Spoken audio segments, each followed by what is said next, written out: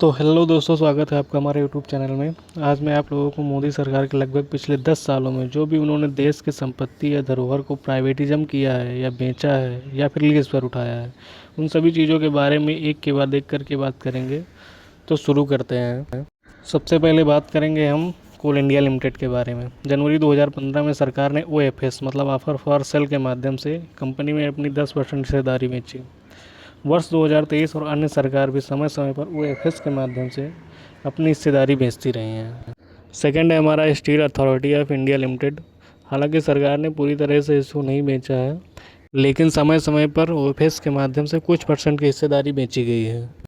तीसरा है हमारा ONGC oil and natural gas corporation. मार्च 2022 में मोदी सरकार ने ONGC में 1.5% हिस्सेदारी लगभग 3,000 करोड़ रुपए में बेचने के लिए शेयर बिक्री की थी। इसके बाद सरकार की हिस्सेदारी कम होकर 58.9% हो गई थी। चौथा है NTPC। वर्ष 2016-17 में सरकार ने ऑफर फॉर सेल के माध्यम से NTPC के कुछ शेयर्स बेचे। इसी प्रकार पांचवा है हमारा NHPC मतलब national hydro electric power corporation. कुछ सरकार ने पूरी तरह से नहीं बेचा, लेकिन OFS के माध्यम से 3 जून 2026 को कंपनी में अपनी 6% हिस्सेदारी बेची गई। ठीक इसी प्रकार वर्ष 2015 और 2019 में भारत सरकार के वित्त और पेट्रोलियम मंत्रालय के स्तर पर गेल में लगभग 3% से 10% की हिस्सेदारी बेची गई।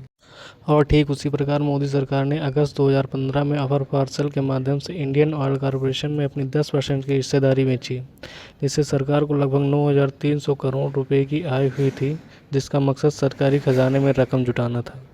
फिर हम बात करते हैं हिंदुस्तान एरोनॉटिक्स लिमिटेड की, जिसको सरकार ने अगस्त 2020 में ऑफर फॉर सेल के माध्यम से 15% की हिस्सेदारी बेची, जिससे लगभग 500 करोड़ रुपए मिले। और मार्च 2023 में सरकार ने फिर से 3.5% की हिस्सेदारी बेची, जिससे 2,800 करोड़ रुपए प्राप्त हुए।